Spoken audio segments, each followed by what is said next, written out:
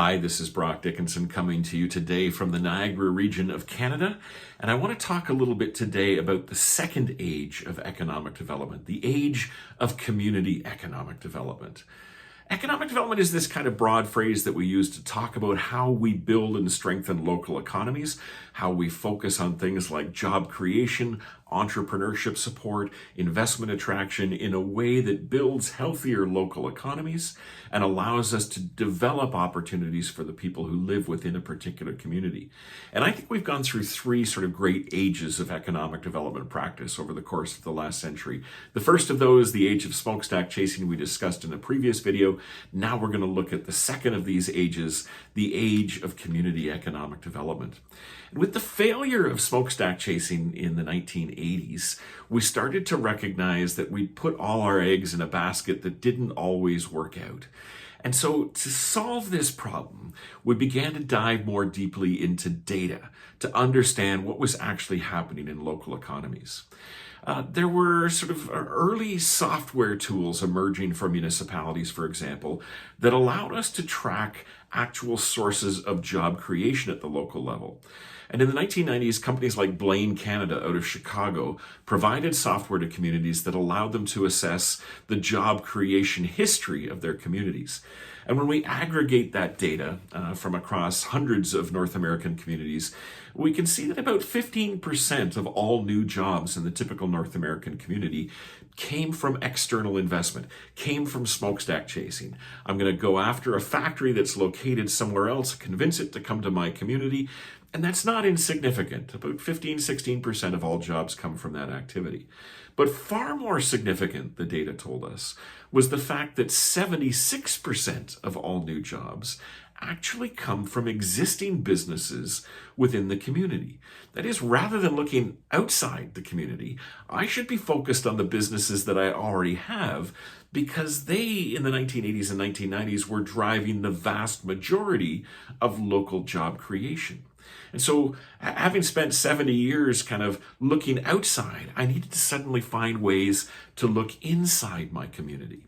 Now, some of this discussion kind of comes to a head in 1992. A guy named Phil Burgess at the Center for the New West in Littleton, Colorado, coins a phrase known as economic gardening, in which he says we got to stop the economic hunting of the smokestack chasing age and start to think about gardening.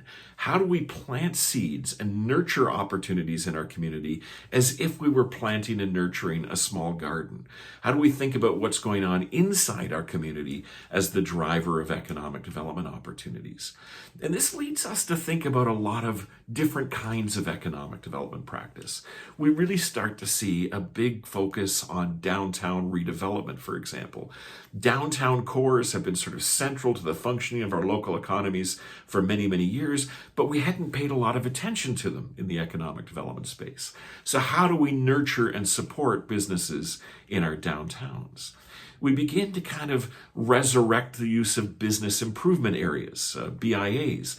These are essentially neighborhoods where businesses self-organize themselves into structures, even tax themselves to a certain extent, to raise resources to pursue local development and business development within specific neighborhoods.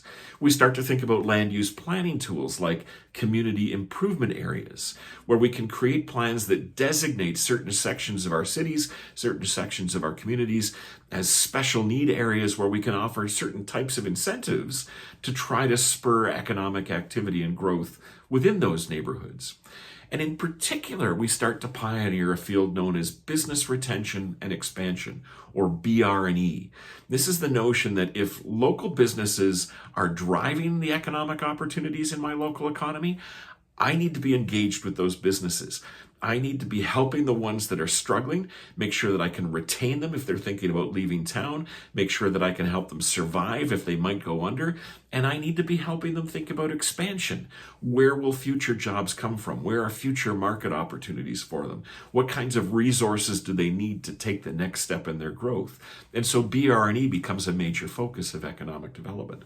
And all of this starts to get lumped under the label of community economic development, CED, or local economic development. development, LED. And it's this notion that economic development can't be just focused on industry the way that it had been in the past.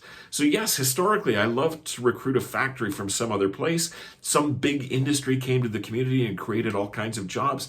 That was wonderful. But CED says, let's step back from that.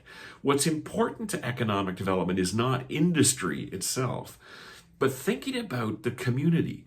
What are the assets that my community has that makes it different from everywhere else? What unique sets of resources and skills and institutions does it have that create opportunities here that might not exist somewhere else? And once I've got that community focus to my economic development work, I can start to think about things like community capacity building. How do I build the skills and abilities of people within my community to pursue economic opportunities, to move to better types of jobs, to pursue entrepreneurial ventures?